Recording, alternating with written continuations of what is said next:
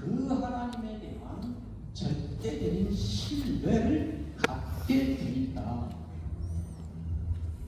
이제 가장 존귀한 것을 갖고 나니까 그 외에 모든 것이 저절로 결심해서가 아니라 저절로 배설물처럼 느껴지더라는 사도의 말씀처럼 아까울 것도 없고 두려울 것도 없고 무서울 것도 없고 미련나는 것도 없고 아쉬울 것도 없이 당당하게 떳떳하게 그렇게 순간순간을 살 수 있게 된다. 그 사람이 가장 무서운 사람이다. 그래 왔습니다. 그런데 어느덧 제가 그런 사람이 되고 왔습니다. 2021년 성탄절 전날 제가 큰 사고를 치고 은퇴하고 1년 가까이 멋대로 돌아다니면서 재미있게 여유를 누리며 잘 놀다가 성탄절 전날 췌장암이라는 큰 사고를 쳤습니다. 그리고 그 후에 일주일 후에 항암 치료 받고 수술 받고 방사선 치료 받고 그렇게 5개월을 6개월을 지나고 이렇게 살아왔습니다. 그래서 제가 평소에 말하던 그 사람이 제가 됐습니다. 두려울 것도 없고 무서울 것도 없고 아까울 것도 없고 미련 남을 것도 없고 많은 사람들이 얼마나 힘들까 불쌍하나 애처롭게 보는데 제 아내와 저는 세상 행복하고 제 아내가 가끔 산책하면서 제 손을 붙잡고 여보 당신이 암에 걸린 것은 하나님이 주신 선물이에요. 하나님의 은혜요. 믿음이 좋은 채 하느라고 꾸며낸 말이 아니라 보면 진실이에요. 그리고 저도 세상 어떤 사람이 지금 암투를 하면서 우리 부부가 누리는 이런 행복을, 이런 기분, 이런 즐거움을 상상이나 할 수 있겠어요. 그러니까 이렇게 우리가 목회자로 평생을 살다 보면 자주자주 두 가지 문제에 부딪히게 됩니다. 그래서 때로는 혼란에 빠지기도 하고 회의에 빠지기도 하고 절망과 좌절에 빠지기도 합니다. 첫째는 이런 것입니다. 이 일이 정말 필요한가? 이 일이 정말 효과가 있는 것인가? 목회라는 것은 정말 필요한 것인가? 목회는 정말 효과가 있는 것인가? 그렇다면 이 모양 이 꼴인가? 그렇다면 사람들이 이럴 수 있는가? 설교라는 것이 정말 효과가 있는 것이고 필요한 것입니다. 목회나 설교는 효과도 없고 필요도 없는 것인데 그거 하자고 공부하고 그 일에 일생을 바치고 하는 목회자, 설교자, 밥 먹고 살으라고 생명을 연명하기 위한 밥벌이 수단인 것뿐인 것이 아닌가? 이런 문제에 종종 빠지게 됩니다. 두 번째 회의와 혼란은 이것입니다. 나는 누구인가? 나는 무엇하는 사람인가? 내가 지금 이렇게 평생을 바치며 사는 것이 맞는 것인가? 내가 이런 사람으로 사는 것이 옳은 것인가? 계속 해야 되는가?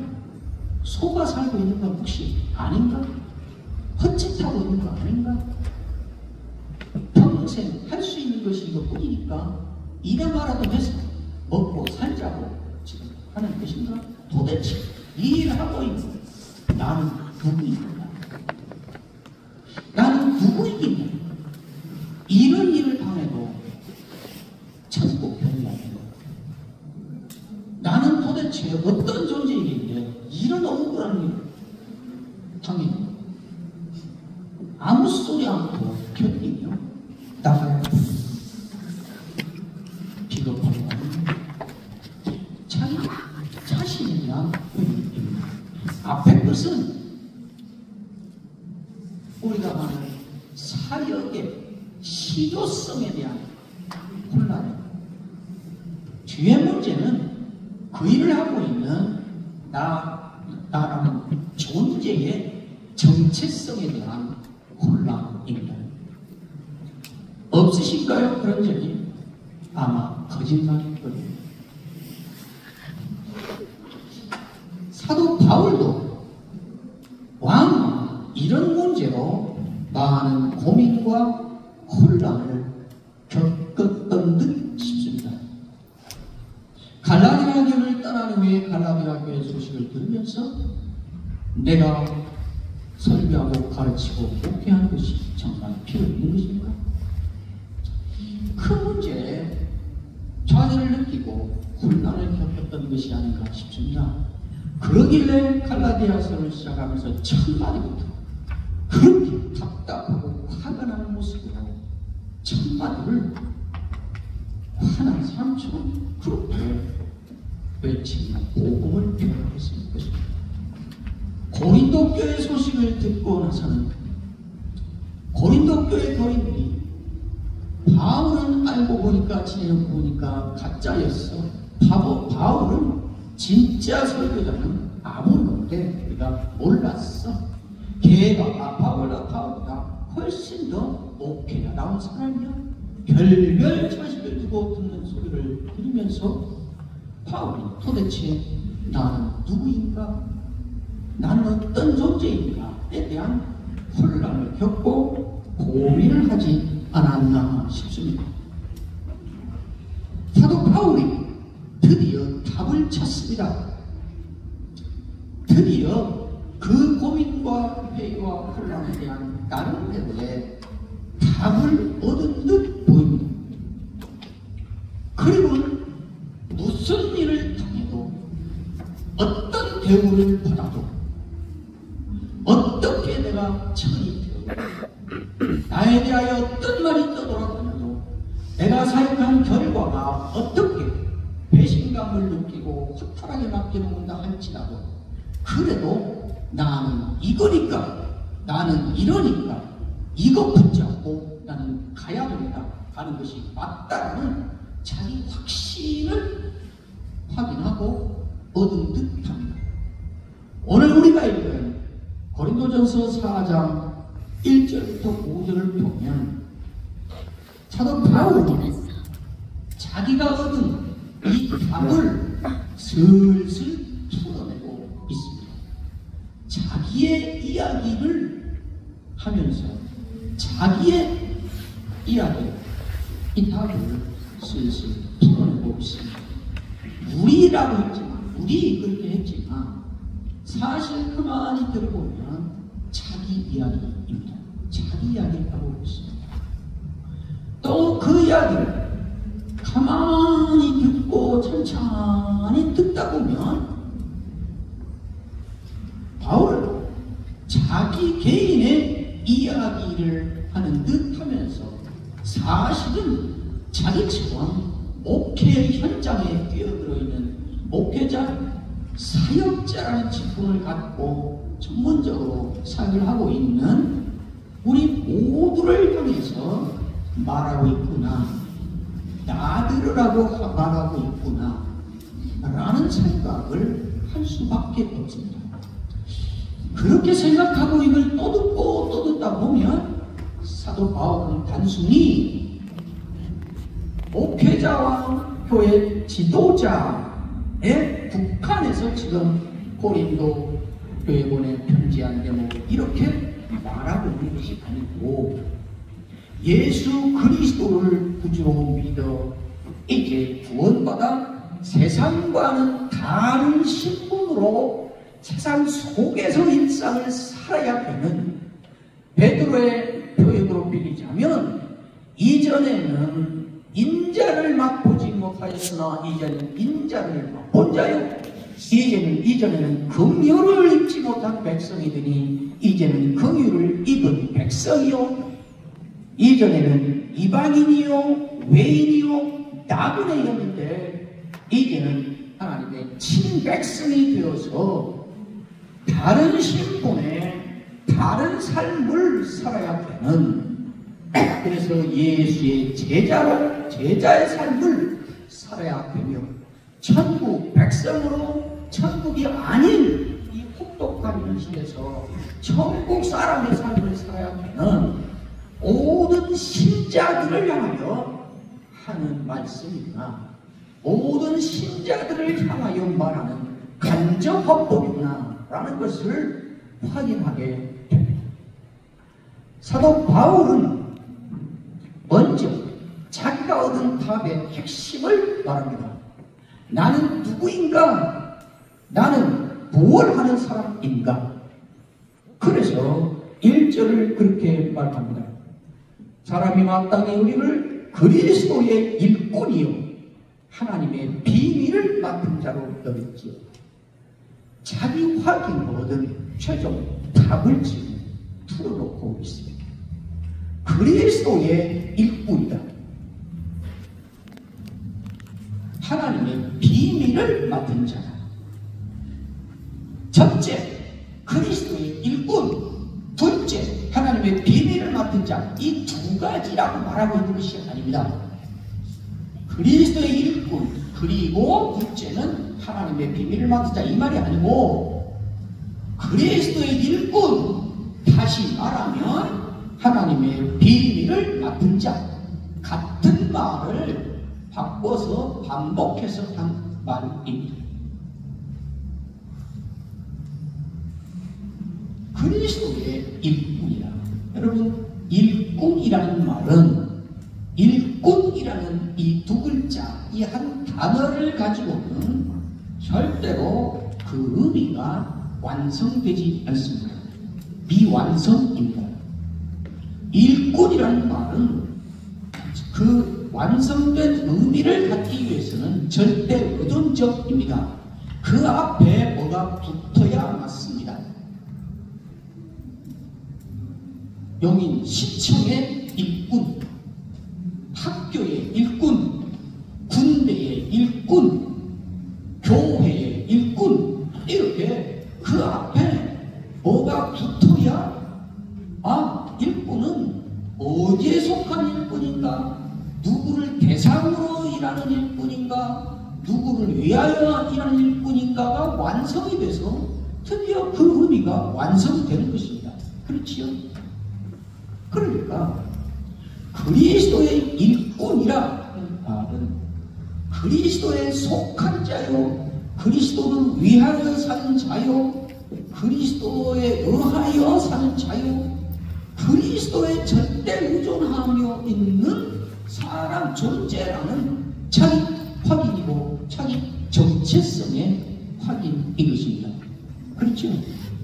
여러분 저희가 하실 때 너희들이 아무 대답 안 하면 답답하고 화내시잖아요.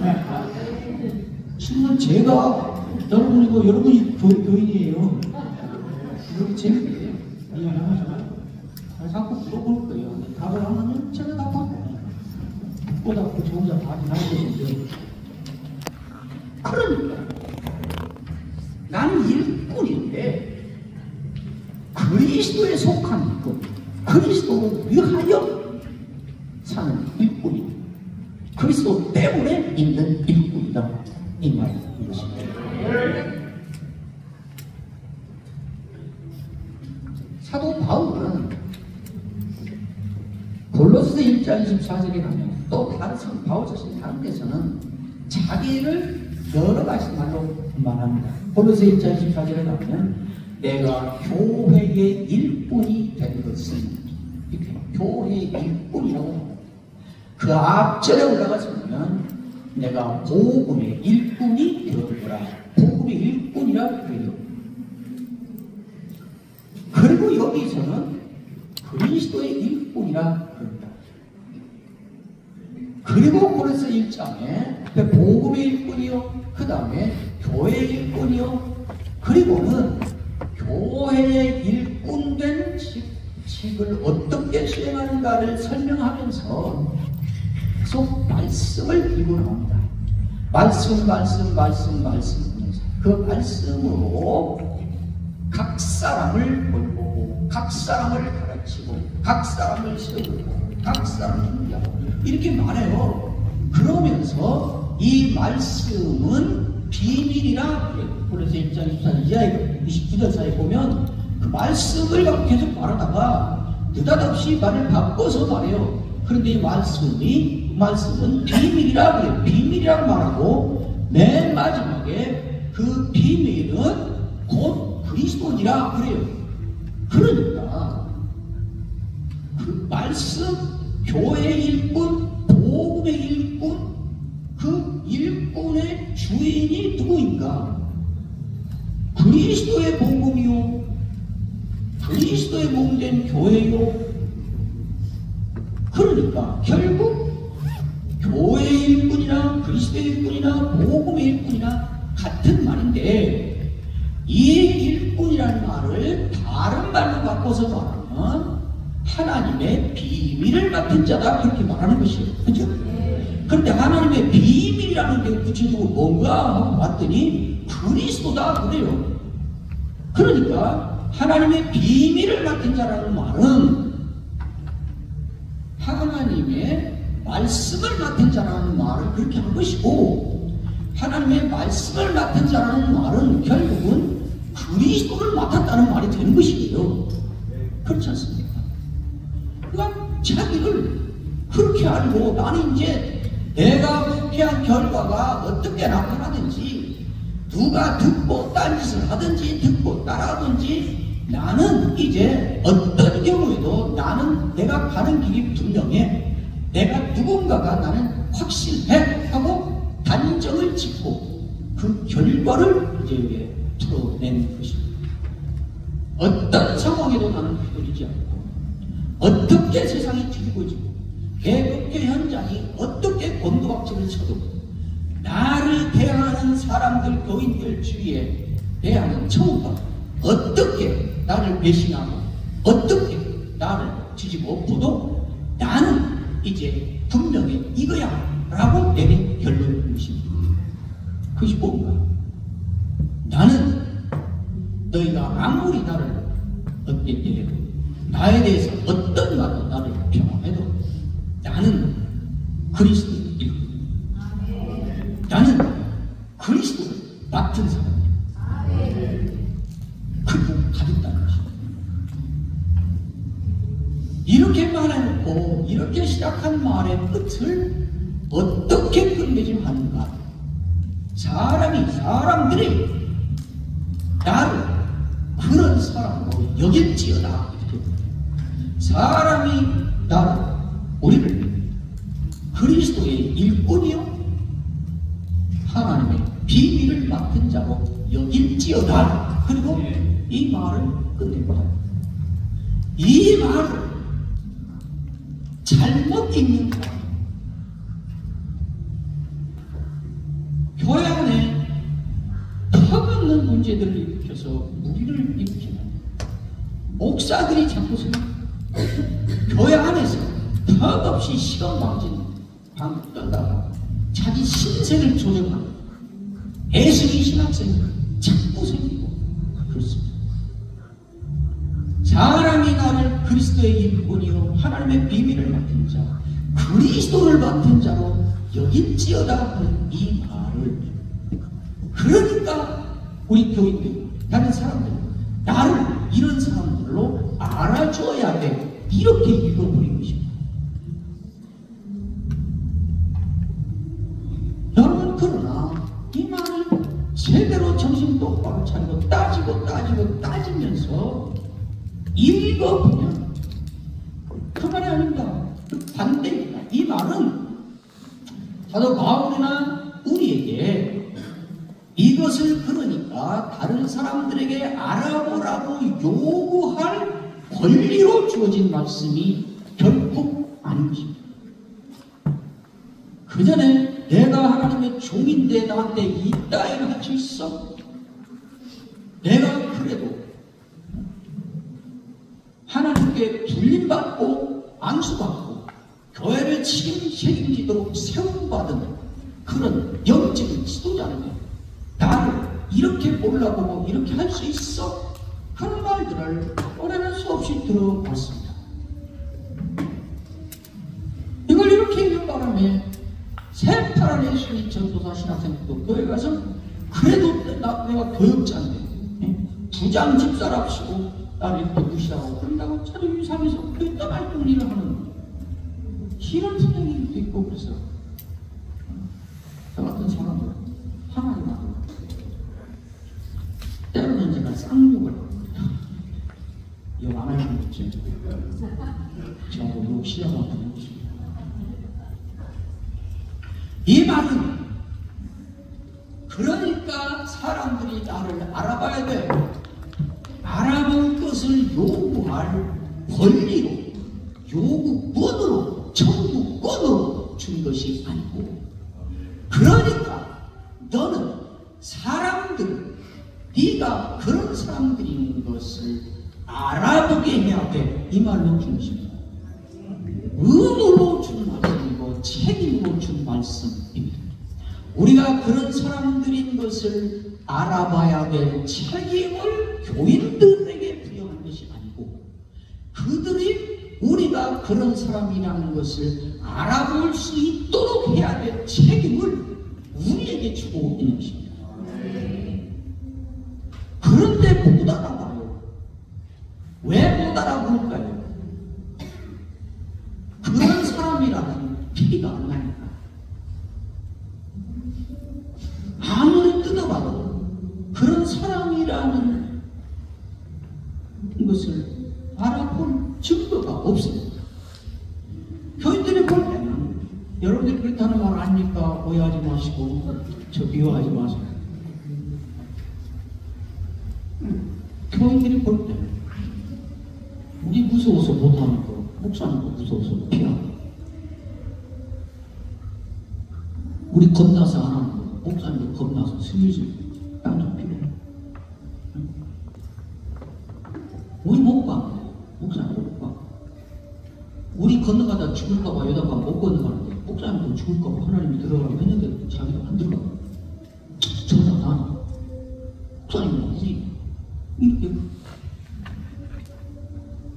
그 삶을 그 교회적으로 전체가 다수가 그렇게 살아왔고 살아오지 역사가 된다면 세상이 교회를 개혁하겠다고 나서고 세상에 우리가 이렇게 감당 못할 그러나 반박하기 힘든 모욕을 당하고 있는 것이 아니겠습니까?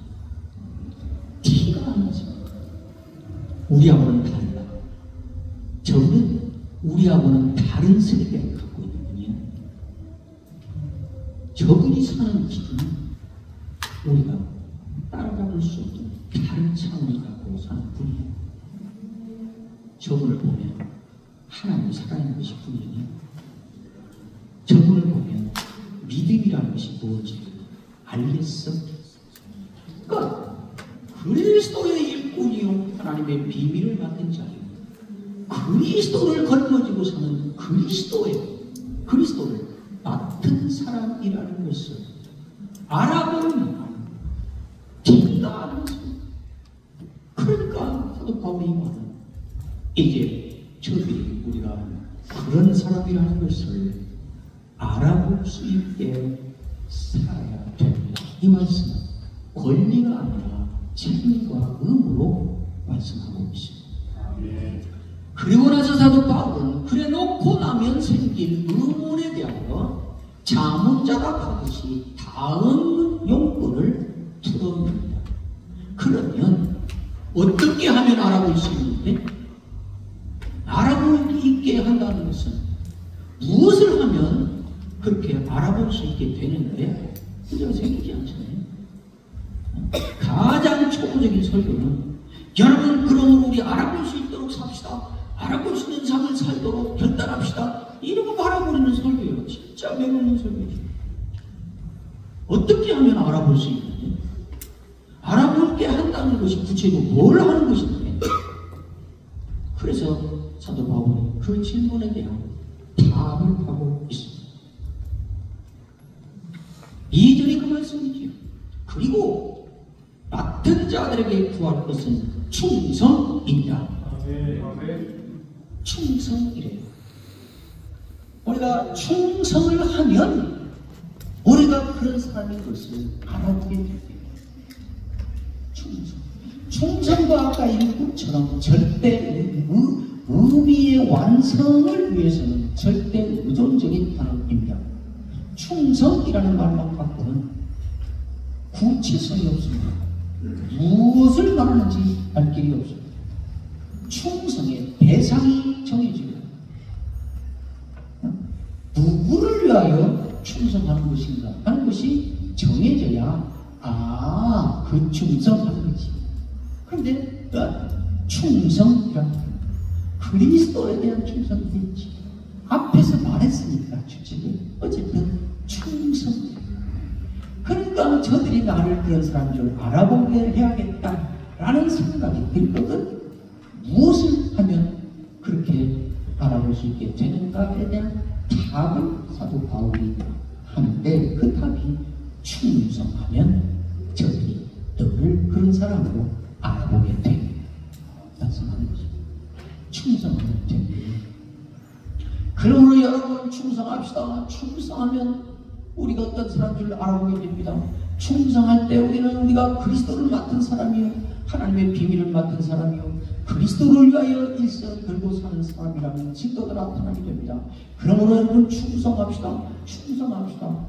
저는 계속 충성하자고 구호 외치고, 여러분은 불 다 끄고 주여 삼창하고 충성하기로 결단을 하고, 그럼 다 은혜 가지고 감동이 되고, 그렇게 제가 남은 설교 시간 20분 멋지게 끝낼 수 있습니다. 그러나 여러분, 그건 설교가 아니지. 여러분, 그것은 우리가 설교를 너무나 자주 그런 시도도, 그래서 교인들은 늘 돌아가면서 허탈한 마음으로 반문을, 그래서 어쩌라고, 나도 그렇게 하고 싶어. 하늘에 계신 내 아버지의 거룩하신 것 같이 나도 거룩해지고 싶어. 근데 거룩해지라면서 어떻게 하면 그렇게 되는데, 그건 한마디도 말해주지 않아요.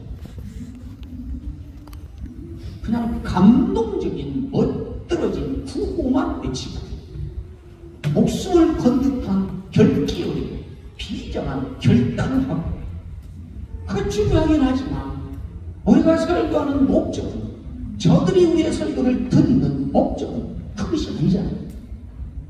멋진 구호 외치고 영웅적인 구호로 반복하고 목숨을 걸겠다는 결기로 비장한 각오를 하고, 그거 하자고 설교하는 거 아니잖아요. 충성, 얼마나 추상적이고 얼마나 개념적인 용어예요. 그렇지? 그거 물어봐야지. 물어봐야지. 어떻게 하면 충성이 되는데, 그 충성이 구체적으로 뭔데? 물어봐야 되겠어요. 그래서 그걸 말해야 돼요. 우리가 설교하는 목적은, 여러분 다 왜 갑자기 설교한다면서 또 지 설교는 안 하지 왜 다음에 설교를 자꾸 말해? 제가 그걸로 평생 먹고 사는 설교학자라 집어는 못 고쳐서 그래요. 제가 지금 이중의 일을 하고 있는 거예요. 제 설교도 하랴, 여러분의 설교도 도와주랴. 지금 일이 이어가느라고 제가 지금 바쁘다는 거 아세요? 그 교인들은 늘 못해요. 어떤 경우는 또 충성 나오면 갑자기 충성이라는 단어를 뚝 뽑아다가 그 내용을 자기가 자신 있는 교리들을 엮어서 성경이 말하는 충성이란 이것인다라고 풀어내든지, 아니면 자기가 자신 있게 말하고 확신하고 있는 충성에 대한 성경적인 내용과 예화들을 갖다가 이 타에서 충성을 풀어내든지 그래 버려요. 그게 중요합니다. 그러나 1차적으로 해야 되는 일은 지금 바울이 이 본문의 맥락에서 이 본문 속에서 충성이라고 말하니까 성경이 말하는 충성, 신학적인 의미의 충성, 개혁신학이 말하는 충성의 개념, 이런 충성을 해서 복받은 사람들의 일과 일로 가기 전에 사도 바울은 도대체 무슨 말을 하려고 충성이라고 하는 거야? 사도 바울이 여기서 지금 고린도 전서 4장 2절에서 갑자기 충성이라고 들고 나오는 그 충성은 구체적으로 뭐인 거야? 뭘 하면 충성이라고 말하는 거야? 라고 이 안에서 따지고 파고, 그래서 그걸 먼저 밝혀서 그걸 알려줘야 말이 되지 않겠습니까? 성경이 기도를 말한다고 어느 부분이나 다 우리가 알고 있는 기도를 똑같이 말하고 있지 않잖아요. 어느 것은 기도를 하지 않는 것은 하나님을 악한 재판관도 못하게 여기는 하나님을 능멸하는 범죄 행위야 이놈들아. 그래서 기도에 대해서 말하는 거예요. 어느 곳에서는 기도하고 기도해 그러면 들어줘. 그러니까 기도를 계속 하라고, 기도를 하라는 식으로 기도를 말하기도 하고 그렇잖아요. 그러니까 일단은 그 본문이 말하는 그게 무엇인가를 밝혀야죠. 그래서 사도 바울은 충성이 우리를 알아보게 하는 구체적인 도구요, 방법이요, 내용이야. 이렇게 말한 다음에 그러면 어떻게 하는 것이 충성인데? 라는 답을 그 다음에 풀어줍니다. 정말 논리적이지요. 그리고 질서정연하죠. 그렇죠? 그래서 이제 본격적으로 충성이란 무엇인가? 그렇다면 이 말을 하기 위해서 3절, 4절, 5절까지는 본문에 반절과도 훨씬 되는 긴 내용을 충성에 대한 말로 채우고 있습니다. 충성이란 뭔가 어떻게 하는 것이 충성인가를 말하기 전에 사도 바울은 먼저 무엇은 충성이 아닌가로부터 시작합니다. 무엇은 충성이 아닌가? 그것이 3절이지요. 너희에게나 다른 사람에게나 판단받는 것이 내게는 매우 작은 일이다.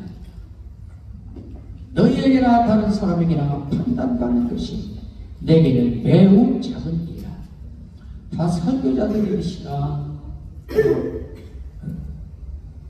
말귀를 너무 빨리 잘 알아들으시니까 제가 일반 교인들에게 하듯이 군더더기만 붙여서 설명하고 해석하는 걸 최대한 줄이고 시간을 단축시켜 드리겠습니다.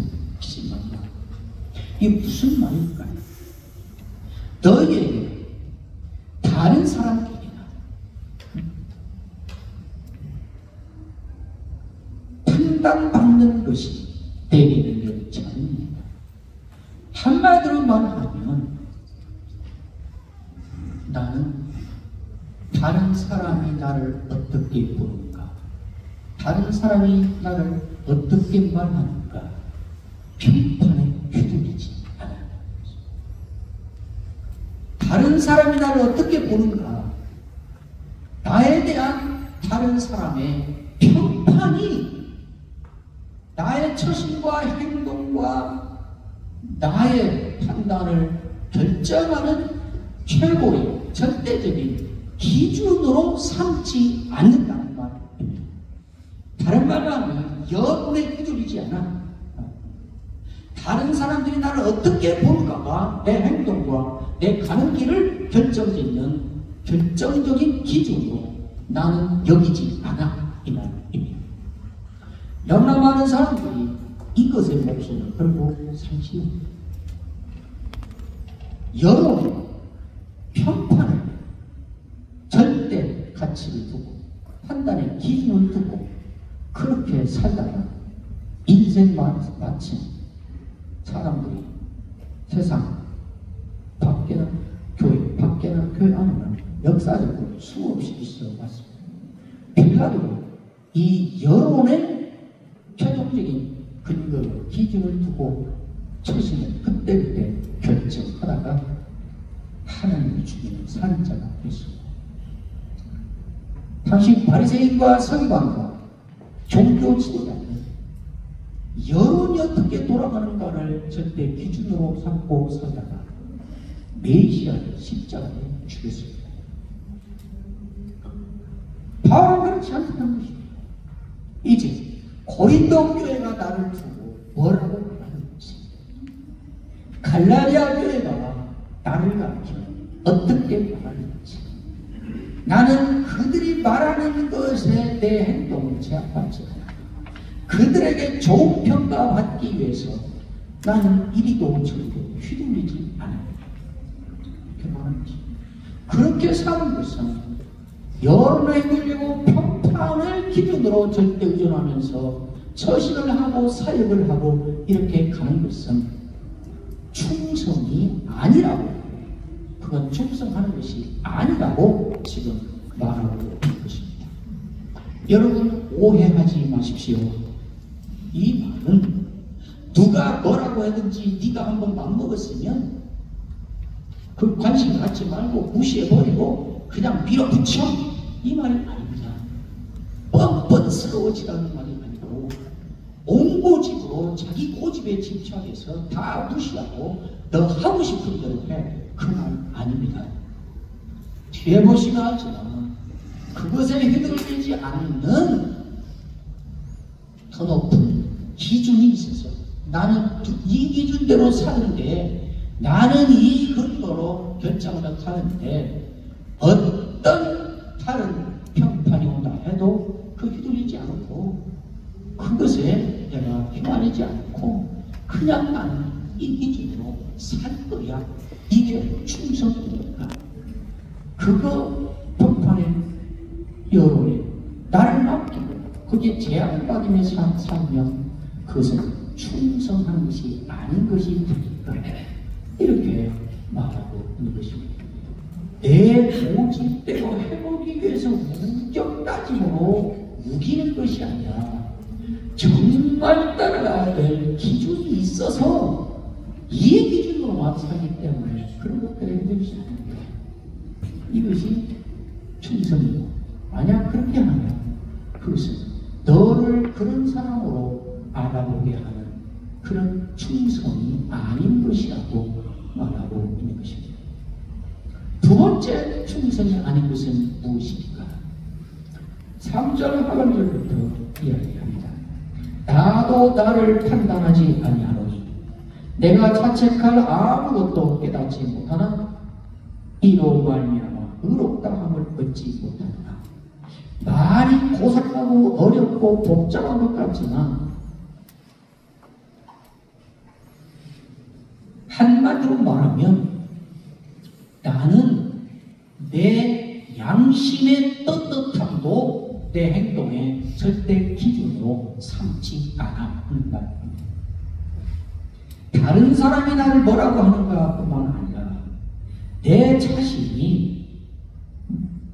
아무 자책할 것도 없고, 정말 나는 양심적으로 떳떳해. 나는 하나님 앞에서도 양심적으로 거리낄 게 없어. 내 중심은 하나님도 아시오. 그렇게 맹세할 만큼 양심에 거리낌이 없고 숨기는 것이 없고 떳떳하고, 그런다 할지라도 내가 그것을 기준으로 나를 판단하지 않는다. 그것을 기준으로 의롭다고 얻는다. 그것을 기준으로 그러니까 내가 맞아, 이렇게 하지 않는다는 것입니다. 너무나 많은 사람들이 자기 양심을 건 맹세토록 자기의 결백이나 자기의 정당함을 주장하곤 합니다.